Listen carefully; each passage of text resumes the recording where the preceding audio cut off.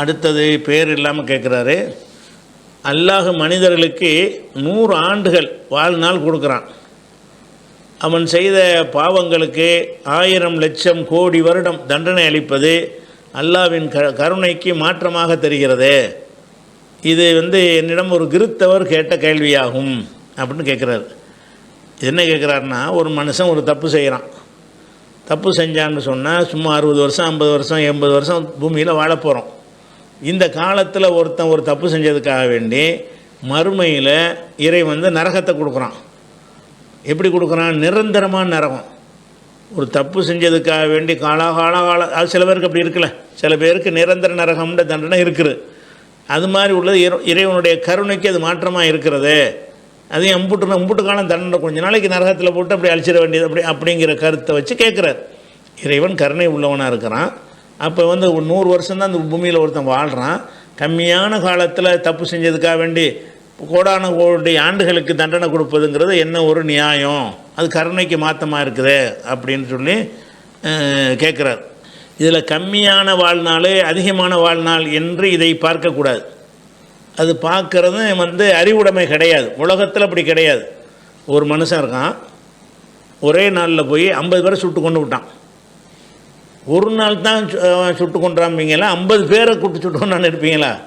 இவன் ஒரே ஒரு நாள் தான் அந்த காரியத்தை செஞ்சுருக்கிறான். அதனால் ஒரே ஒரு நாள் அவனை தூக்கி ஜெயிலில் போடுங்கண்டா சொல்லுவீங்க? அந்த குற்றத்தை பார்க்கணுமே தவிர எவ்வளோ நாளில் செஞ்சாங்கிறது கணக்கு கிடையாது. எவ்வளோ காலத்தில் செஞ்சாங்கிறதா மேட்ரு. அப்போ மனிதனை ஒரு கொலை செய்கிறான்னு சொன்னால் 50 பேரை சுட்டு கொண்டுட்டான்னு சொன்னால் 50 பேரை சுட்டு கொண்டதற்காக வேண்டிய 50 பேரை சுட்டுக் கொள்வதற்கு எவ்வளோ நேரம் ஆகும்? ஒரு 50 நிமிஷம் வருமா? அல்லது ஒரு 100 நிமிஷம் வருமா? 100 நிமிஷத்தில் 50 பேரை சுட்டு கொண்டு விட்டான். அப்போ இந்த காரியம் செய்வது 100 நிமிஷத்தில் தான் இவன் செஞ்சுருக்கிறான்.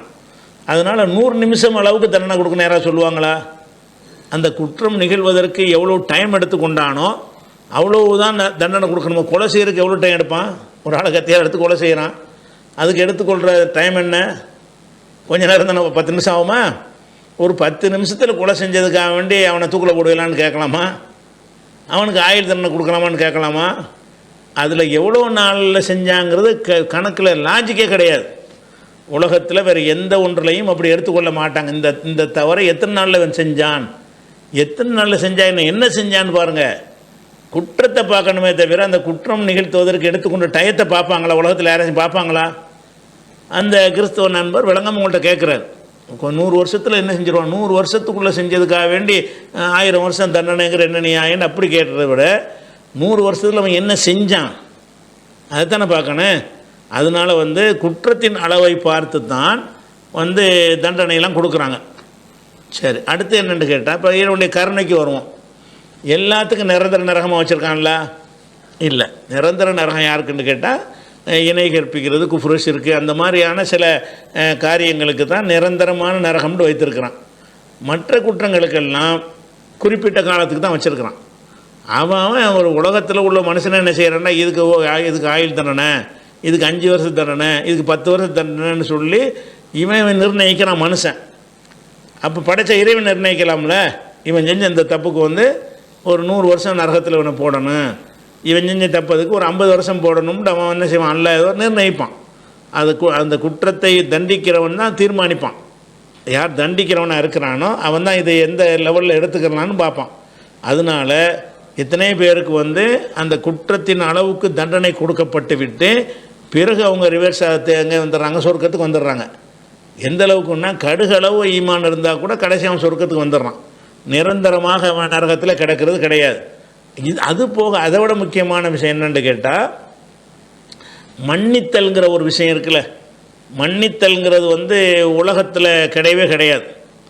உலகத்தில் நீங்கள் கொலை செஞ்சுவிட்டு நான் மன்னிப்பு கேட்டேன்னா விட்டுருவானே அந்த உலகத்தில்? படைத்த இறைவன் என்ன செய்கிறான்னு கேட்டால், நீ என்ன செஞ்சாலும் சரி மன்னிப்பு மனுஷனுக்கு செஞ்சதுக்கு நீ அவன்கிட்ட கேட்டுக்க. இறைவனாகி எனக்கு நீ என்ன தப்பு செஞ்சுருந்தாலும் சரி அதை நான் மன்னிக்கிறேன். மன்னிச்சா நரகத்துக்கு போக மாட்டான், அவன் தண்டனை இல்லாமல் போயிடுறானே. மனிதன் நரகத்துக்கு போவதற்குரிய எல்லா காரியங்களையும் செஞ்சு இருந்தால் கூட அல்லாஹ் அவனுக்கு கருணை செய்ய நாடிவிட்டால், போட அவனை மன்னிச்சிட்டேன் அப்படின்னு சொல்லுவான்ற அளவுக்கு கருணை இருக்குது. அல்லாஹ்வுடைய கருணை வந்து அவ்வளோ மனிதன் மன்னிக்கவே மாட்டான். அப்படிப்பட்டதெல்லாம் அல்லாஹ் மன்னிக்கிறான். ஒரு மனுஷன் அல்லாஹ் கூப்பிட்டு தனியாக கூப்பிட்டு என்ன செய்வான், பேசுவான். அடே உனக்கு இத்தனாம் தேதி இதை செஞ்சு உனக்கு தெரியுதா, அதை செஞ்சிய இதை செஞ்சேன்னு அவன் செஞ்சதையெல்லாம் ஊடு உலகத்துக்கு தெரியாமல் அந்த தப்புகள் செஞ்சுருப்பான். அதை அல்லாஹ் என்ன செய்வான், அவன்கிட்ட வந்து கூப்பிட்டு பேசுவான். இதை ஒதுக்குற கதா இதை செஞ்சிய அதை செஞ்சியன்னு ஒன்று ஒன்றா கேட்பான். அவன் என்ன செய்வான்னா எல்லாத்தையும் ஒத்துக்குருவான், ஆமாம் எல்லாத்தையும் செஞ்சேன். அப்போ முடிவு பண்ணிடுவான், போட்டு லிஸ்ட்டு ஒன்று ஒன்றா இல்லை பட்டியல் போடுறத பார்த்தா நம்ம கதை முடிஞ்சு போச்சு, நம்ம தேர முடியாது, ஃபெயில் ஆகிட்டோன்னு அவனுக்கு விளங்கி போயிடும்.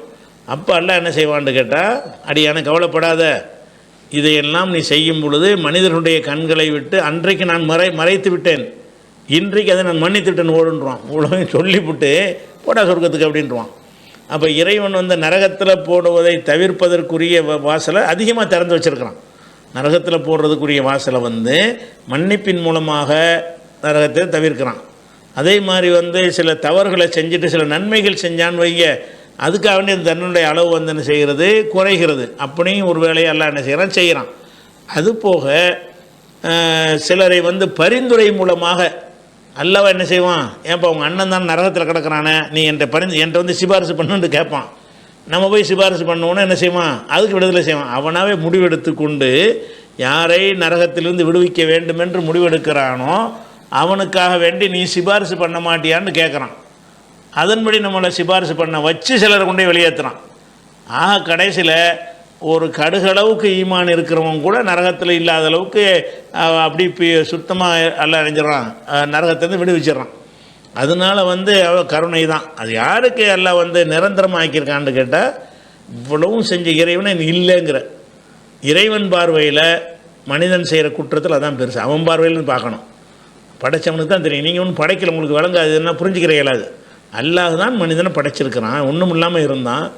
இவன் வாழ்வதற்கு அவன் செஞ்சிருக்கிற செட்டப்புகள் இருக்க, அவ்வளவு செட்டப்புகள், அவ்வளவு ஏற்பாடுகள்லாம் செஞ்சு இவனை வளர்க்குறான்ல. அவ்வளவும் செஞ்சு அல்லாஹ் செஞ்சுருக்கும்போது அல்லாஹ்வுக்குள்ளாவாதுன்னு கேட்குறான்னா, அப்போ நீ என்னை ஏற்றுக்கிறாதவனுக்கு உனக்கு என்கிட்ட கருணை கிடையாது, நரகத்தில் கெடன்றான். அப்போ அந்த அந்த அந்த குற்றம் வந்து அல்லாஹ்வுடைய பார்வையில் கடும் குற்றமாக பார்க்கப்படுகிறது. இதில் கூட நீங்கள் விளங்கி கொள்வதற்கு தான் உதாரணம், அல்லாஹ்வுக்கு உதாரணம் காட்டலை, இதை புரிஞ்சு கொள்வதற்கு உதாரணம் என்னென்னு கேட்டால், ஒருத்தனுக்கு மனைவி இருக்கிறான், அந்த மனைவிக்கு தேவையானது எல்லாம் இவன் செஞ்சு கொடுக்குறான், நல்லபடியாக என்ன செய்கிறான், கவனிச்சிக்கிறான், பொருளாதாரத்தை கொடுக்குறான், கேட்குற ஜாமான்லாம் வாங்கி கொடுக்குறான், அன்பாக நடத்திக்கிட்டு எல்லாம் செய்கிறான். இவ்வளவும் செஞ்சுக்கிட்டு இருக்கும்போது அவள் வந்து இந்த கணவனுடைய இடத்துல கொண்டே வேற ஒரு ஆளை கொண்டே வச்சுட்டான். அவன் என்ன செய்வான், தலைகள் நின்றாலும் ஏற்றுக்கிற மாட்டான், மன்னிக்க மாட்டான். அவள் செஞ்ச மற்ற எல்லா தவறுகளும் அவனுக்கு பெருசாக தெரியாட்டா கூட என்னுடைய இடத்த வந்து நீ வேற ஒன்று கொடுத்துருவியா அப்படிங்கிற ஒரு விஷயத்தை தான் ஒரு மனிதன் வந்து பெரிய பயங்கரமான குற்றமாக என்ன செய்கிறான், கருதுகிறான். அப்போ நீனே இப்படி கருதுறிய, அப்போ அல்லாஹ்வுக்கு நீ அதைத்தானே செஞ்சிகிட்டு இருக்கிற, அவன் படைச்சி இருக்கிறான், நீ போய் ஒரு கடலை பிடிச்சிட்டு இதான் கடவுளுங்கிற. அவன் உனக்கு எல்லாத்தையும் தந்திருக்கிறான், நீனா என்ன செய்கிற, மண்ணை கடவுள் மரத்தை கடவுள்கிட்டு இருக்கிற. அப்போ படைச்சவனுக்கு எவ்வளோ கோபம் வரும். அந்த கோபத்தின் வெளிப்பாடாக என்ன செய்கிறான், தண்டனை கொடுக்குறானே தவிர இந்த காலம் எவ்வளோ காலத்துக்குங்கிற அடிப்படையில் கொடுக்கறதில்லை, என்ன செஞ்சான்னு என்கிற அடிப்படையெலாம் கொடுக்கப்படுகிறது. இதுதான் உலகத்தில் ஏற்றுக்கொள்ளப்பட்ட ஒரு நீதியும் கூட. குற்றத்தை தான் பார்ப்பாங்களே தவிர அந்த குற்றத்தை செய்து முடிக்க எவ்வளோ டைம் எடுத்தான்னு என்ன செய்ய மாட்டாங்க, பார்க்க மாட்டாங்க.